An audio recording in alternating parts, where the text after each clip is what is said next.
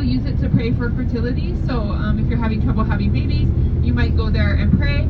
And I've even had a student who was married to an Okinawan woman who said he was not supposed to be able to have children, and they went there and prayed, and he has a kid now. So people believe it, like no matter if it's true or not, people still believe it. And we used to walk down there, but then we got complaints about it being hot and stuff, so we don't walk there anymore. But we used to see people praying there in class too. So that is the cave that Shiramichu and Amamichu supposedly lived in together. And because they are the creator goddess and god of Okinawa, that's why people might pray to them for fertility. Talking a little more about Okinawan religion. So there's 3 main holidays in Okinawa. So the one that we just passed was Obon. So in mainland Japan, Obon is always August 13th, 14th, 15th, but Okinawans are using the lunar calendar, so it changes and it goes by the lunar calendar of July 13th, 14th, 15th. So this year it was just not this weekend, but the weekend before. So it was the 4th, 5th, and 6th. So the ancestors come back on the 4th. They're just kind of hanging out here on the 5th, and then on the 6th they'll go back up to heaven. So a lot of times people will get together with family members, so they'll have what's called a butsudan, so like a Buddhist altar in their home. And then so the name of the people who died, like you'll have a little red tablet with their name written on it, and then the family members will come, maybe offer some food, and then you pray, and then you just get to hang out with your family and see people who you haven't seen in a long time. A lot of times the butsudan goes through the oldest son.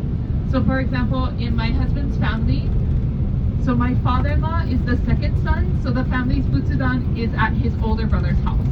So he doesn't get along with his older brother, so we don't actually go. But if they did get along, we would go there. So when,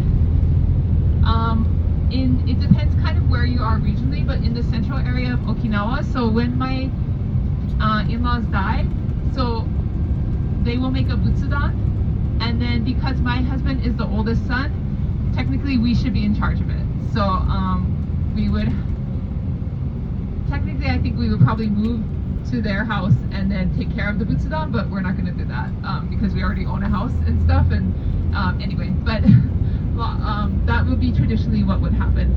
Similar with graves, so in the Chubu area, it goes through the oldest son. So my father-in-law, since he's the second son, he won't go in the family grave, he'll start his own grave. And so me and my husband will go in the family grave. And then we have a son too, so my son is the oldest son, so he and his family will go in that grave. If he has a son, he and his family will go in that grave, sort of thing. Once you get married as a woman, you belong to the other family. So I wouldn't go back to my family's grave if I was Okinawan. I would stay with my husband's grave. If you get divorced, sometimes it gets a little bit messy. There's all kinds of rules and family beliefs about it, but in general, married to the first son. So my daughter, whoever she gets married to, she'll be in that family's grave. Yeah. So Obon just finished up. A lot of time with Obon, so if you see the dancing, the Asa drum, if you were like in the middle of the night, you heard drumming late at night, so that's Asa. So Asa is the dance that people did for the ancestors. It was like to welcome them back and then to send them back to the heavens after they came down to visit. So a lot of Okinawa people, if you ask them what their religion is, they might say, I have no religion, but it's more like ancestor worship. So they'll remember their ancestors after they pass away, and then pray for them a couple of times a year at the butsudan, so the Buddhist altar in their home. Sometimes they use, so like in Japan, in general, most people practice both Buddhism and Shintoism at the same time. So Buddhism is for sad things, like funerals, and Shintoism is for happy things, like weddings. So Okinawans often will do this too. Most funerals will be in the Buddhist style. If people want to do a Japanese style wedding instead of a Christian style wedding, they'll use Shintoism in the wedding. But for Okinawan, the main religion would be the ancestor worship that happens at the Obon time. And then also one other big holiday that happens around April called Shimi. So if you've been driving around in April and you've seen people having like a barbecue at their gravesite, that's what Shimi is. So you just collect at the family's grave and you offer the ancestors some food, and then afterwards you get to eat it. So it's really nice. You just get to see family members who you haven't seen for a long time. Of course you are honoring your ancestors, but it's kind of just like a mini family reunion. In the past, there were really traditional foods that you had to offer, but nowadays, like, my aunt-in-law like brought fried chicken, and I've heard people doing barbecues out there, or like pizza and stuff. So you can have all kinds of foods. You don't need to have the traditional like pork and like tempura, those types of things anymore. So if you're here next April and you're driving around and you notice people hanging out at a grave, they're probably doing shigi. And I think most Okinawan people are pretty open to you going to things. I've gone to all kinds of people's family celebrations here. And even if I don't believe it at all, they're very welcome to me coming along. So if you're interested in it and you have an Okinawan coworker, feel free to, I would recommend just asking them, and you know, they might just say, hey, you want to come around next time we do it? And it's a really good way to see what the inner workings of like Okinawan family celebrations are like. And I think they're really, really nice. Before I got married, I had a very nice family that took me in for all their family celebrations, and it was a really good experience just to see Okinawan culture.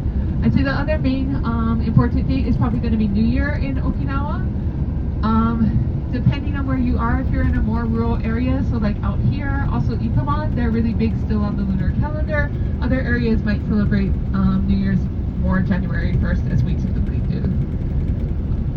One more thing, so as we drive down this road, we'll be seeing a ton of different graves. So you can see a lot of the different types of graves that we can see in Okinawa. So like I mentioned, the families are put inside. Before the war, people were not cremated out here, so they actually put the body in there, let it kind of decompose naturally for a couple of months, and then it was the women's job to clean the bones.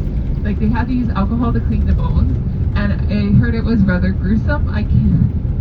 I am very thankful that tradition no longer exists.